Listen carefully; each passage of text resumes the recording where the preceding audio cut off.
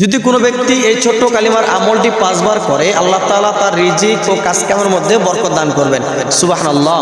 প্রিয় দর্শক শ্রোতা, কোনো ব্যক্তি ঘুম থেকে ওঠার পরে তার উজু থাক বা না থাক, যদি এই ছোট্ট কালিমাটি 5 বার পরে তার বুকের মধ্যে ফু দিয়ে সে তার রিজিকের তালাশে বের হয়ে যায়, অর্থাৎ যে কাজে করুক না কেন, হতে পারে কৃষি, হতে পারে ড্রাইভিং, হতে পারে চাকরি, সে ওই কাজের মধ্যে যখন চলে যাবে আল্লাহ তাআলা তার কাজ এবং রিজিকের মধ্যে বরকত দান করবেন।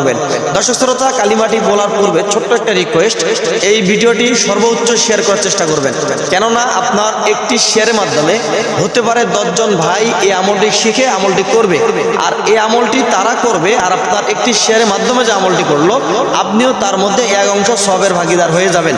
তাই সর্বোচ্চ শেয়ার করার চেষ্টা করবেন। তার সাথে আর একটা রিকোয়েস্ট, আপনারা আমার চ্যানেল বা ফেসবুক পেজে নতুন হয়ে থাকলে অবশ্যই চ্যানেলটাতে সাবস্ক্রাইব করবেন এবং পেজটাতে ফলো করবেন।